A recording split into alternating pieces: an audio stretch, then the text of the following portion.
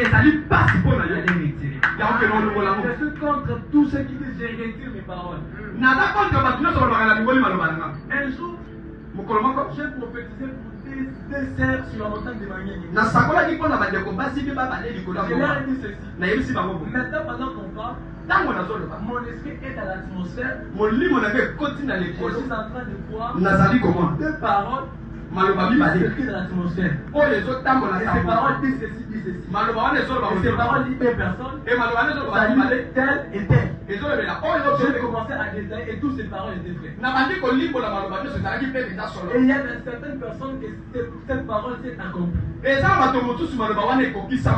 Alléluia. Amen. Non, pour les personnes qui avaient prophétisé secret. Alléluia. Amen. Ça veut dire ceci. Fais attention avec ce que tu dis et avec ce qu'on dit de toi. Notre dénommé, c'est ceux qui au colis au comprendre.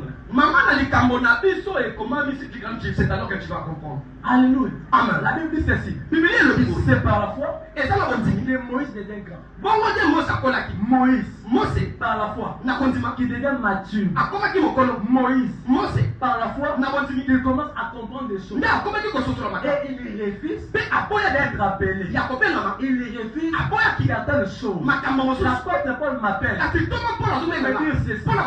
Moi aussi, à mon époque, j'étais en train de conseiller à Timothée. Je dis à Timothée que personne ne méprise ta jeunesse.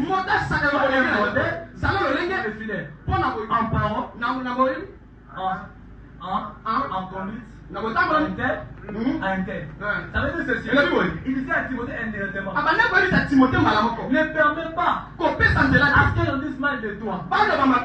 Non par rapport à ce que tu fais, mais par rapport à ce que tu ne fais pas. Je vais encore expliquer. Il disait à Timothée ceci. Timothée, grandis afin que tes paroles, tes marches, tes passions ne soient pas jugées par les autres. Alléluia. Amen. Ça veut dire ceci. Quelqu'un qui grandit, c'est pas quelqu'un. Non, je vais choquer. Non, mais ça passe. Alléluia. Je vais choquer. Je vais pour le Seigneur. Amen. Je vais aller rapidement. Et selon les grands de livre. L'apôtre va dire ceci. Il est en train de parler sur le don spirituel. Il parlait sur l'amour. Moi, je ne suis pas là. Je suis dans la maturité, dans la grandeur.